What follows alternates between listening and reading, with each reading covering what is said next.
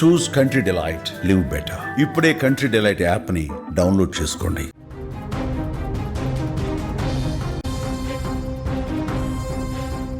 రంగారెడ్డి జిల్లా మీర్జాగూడ వద్ద 25 మందికి పైగా ప్రాణాలు తీసినటువంటి ఘోర ప్రమాద ఘటనకు సంబంధించిన సీసీ ఫుటేజ్ ఇప్పుడు బయటకు రావడం జరిగింది. బస్సు ఎక్కడైతే మొదలైందో, తాండూరు ప్రాంతంలో బస్ స్టాపులో ఎక్కడైతే మొదలైందో దానికి సంబంధించిన విజువల్స్ ఇప్పుడు బయటకు రావడం జరిగింది. ఎస్, మనం స్క్రీన్లో చూస్తున్నాం. ఇదే బస్సు, ఎక్స్ప్రెస్ బస్సు తాండూరు నుంచి బయలుదేరింది, సిటీకి బయలుదేరింది హైదరాబాద్ వైపు. అక్కడ ప్రయాణికులను అందరినీ ఎక్కించుకొని అక్కడి నుంచి బయలుదేరింది. అప్పటికే స్టార్టింగ్ పాయింట్లోనే, మొదటి స్టాప్లోనే ఆల్రెడీ బస్ ఆల్మోస్ట్ కూడా ఆల్మోస్ట్ నిండినటువంటి పరిస్థితి కూడా కనిపిస్తుంది. కొన్ని సీట్లు మాత్రమే ఖాళీగా ఉన్నాయి. అక్కడ బస్సు బయలుదేరే టైంలో కూడా ఒక బైక్ మీద వస్తున్నటువంటి ప్రయాణికులు ఆ బస్సుని క్యాచ్ చేసి ఆ బస్సులోకి ఎక్కించినటువంటి ప్రయాణికురాలని కూడా మనం చూస్తున్నాం. అక్కడ బైక్ పైన వచ్చి అలా బయలుదేరినటువంటి ఆ బస్సు మృత్యు శకటంగా మారింది. పూర్తిగా స్టార్టింగ్ పాయింట్ తాండూరు వద్ద 4:59 సమయంలో అక్కడి నుంచి లొకేషన్ నుంచి బయలుదేరడం జరిగింది ఈ యొక్క ఎక్స్ప్రెస్. అక్కడి నుంచి బయలుదేరిన తర్వాత నేరుగా చేవెళ్ల వైపుగా ప్రయాణిస్తున్నటువంటి సందర్భంలోనే 6-7 ప్రాంతం మధ్యలో ఈ యొక్క ఘోర ప్రమాదం చోటు చేసుకుంది. ఎవరికి తెలియదు, ఆ బస్సులో కూర్చున్న వారందరూ కూడా సాఫీగా కూర్చున్నారు, హ్యాపీగా కూర్చున్నారు. ఉదయం ఎర్లీ మార్నింగ్ 5 గంటలకే ఆ బస్సులో కూర్చొని కొంతమంది నిద్రపోతున్న వారు ఉన్నారు, కొంతమంది సేద తీరుతున్నటువంటి వారు ఉన్నారు.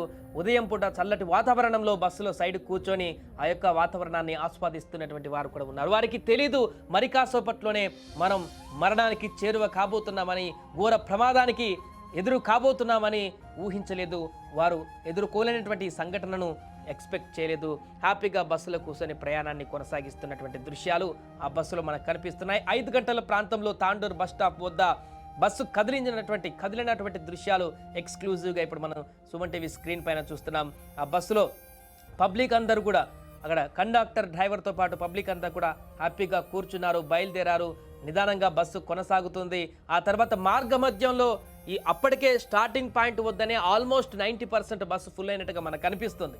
సో అంత ఎర్లీ మార్నింగ్ స్టార్టింగ్ పాయింట్ వద్దే అంత ఫుల్ అయిందంటే దారిలో ఇంకా ఎక్కేటువంటి వాటి ఫ్లోటింగ్ని చూస్తే అది కెపాసిటీ అంటే సీట్ల కంటే ఎక్కువగానే పబ్లిక్ అక్కడ ఉన్నట్టుగానే మనకు కనిపిస్తుంది. అందుకనే ఈ ప్రమాదంలో మరణాల సంఖ్య ఎక్కువ పెరగడానికి కారణం కూడా ఎక్కువ ప్రయాణికులు దాంట్లో ప్రయాణం చేస్తున్నట్టుగా కూడా ఒక సమాచారం తెలుస్తుంది. సో దానికి సంబంధించిన సీసీ ఫుటేజ్ ఇది. సో దీంట్లో ప్రధానంగా ప్రయాణికులు అక్కడ సాఫీగా ప్రయాణం కొనసాగిద్దామనుకున్నారు.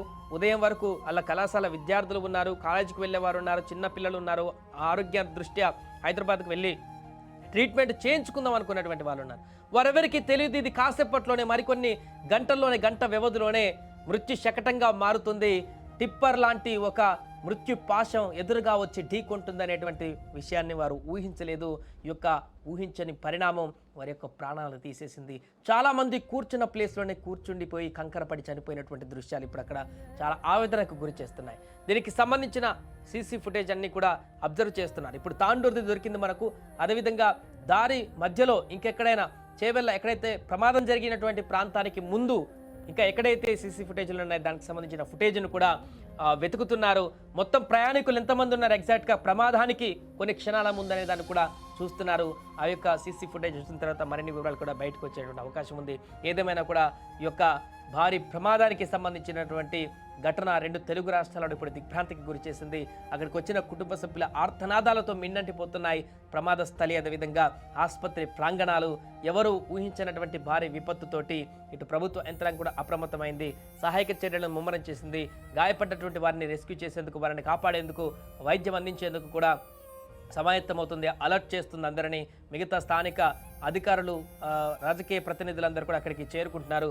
సో ఇప్పుడు ఎక్కడ చూసినా కూడా ఒకటే ఆర్తనాదాలు, ఆ కుటుంబ సభ్యుల ఆర్తనాదాలు మిన్నంటున్నాయి. ఈ బస్సుకు సంబంధించి మిగతా కొంతమంది మాట్లాడినటువంటి మాటలు కూడా ఇప్పుడు వైరల్గా మారుతున్నాయి. అసలు ఏం పాపం చేశామని ఇలాంటి ఘటన మాకు ఎదురైందంటూ కూడా ఆవేదన వ్యక్తం చేస్తున్నారు. ముఖ్యంగా స్థానికులైతే ఆగ్రహంతో ఉన్నారు.